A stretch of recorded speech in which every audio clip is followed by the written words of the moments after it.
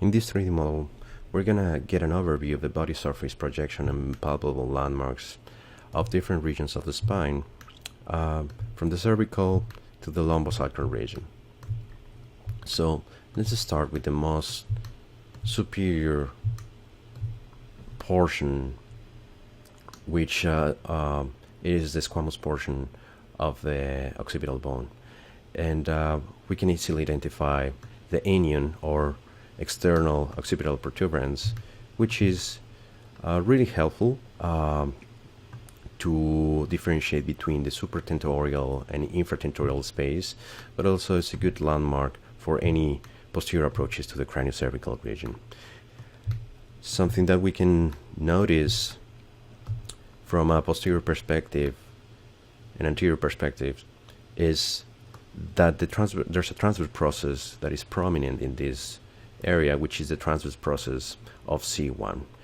The transverse process of C1, it is easily palpable, and it lies conventionally between the mastoid tip and the mandible. It lies at a midpoint between these two structures, and of course it is a place just lateral to the vertebral artery, the horizontal portion of the vertebral artery. From a lateral perspective, we can see that there's a prominent spinous process, which is the spinous process of C2. The spinous process of C2 is the second prominent palpable structure just after the anion. And if we get an oblique view, we can identify the transverse foramina through which the vertebral artery travels. The transverse foramina conventionally are going to be in between two tubercles, one which is anterior and another that is posterior. So there's an anterior tubercle that is relevant for this, and it is a landmark because of being the most prominent one, which is the anterior tubercle of C6. So this is called the carotid tubercle because it lies just in between the vertebral artery and the carotid artery, and it's also called the Chassagnac's tubercle. So now moving inferiorly, what we see right here is the most prominent spinous process, which is the spinous process of C7. In about 75% of the population, this is the most prominent one, but there could be some individuals in which the spinous process of C6 or T1 is going to be the most prominent one. So it is not always a rule.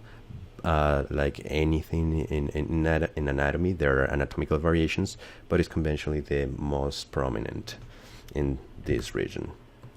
Now, if we move inferiorly, we see the thoracic region. The thoracic region has several bony structures that are surrounding the area that can be used as anatomical landmarks. So in this case, what we're seeing here is the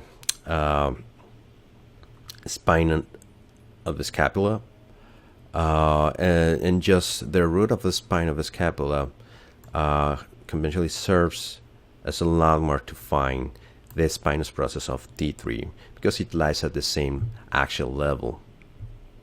Now, if we move inferiorly, the inferior scapular angle conventionally lies at the same axial level of the spinous process of T8, usually between T8 and T9. And if we move anteriorly, what we see in this portion is the external angle which it conventionally lies at the level of T4, and that's what we're seeing right here. So that's intervertebral between T2, T3, T3, and T4, and this points out directly towards the body of T4. And inferiorly, we see the ciphisternal junction that serves as a landmark for T9, the body of T9, what we're seeing labeled.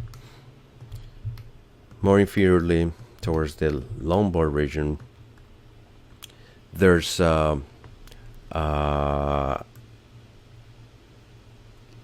umbilicus conventionally lies at that level, at the same actual level of L3, but of course there's some body types and even weight that can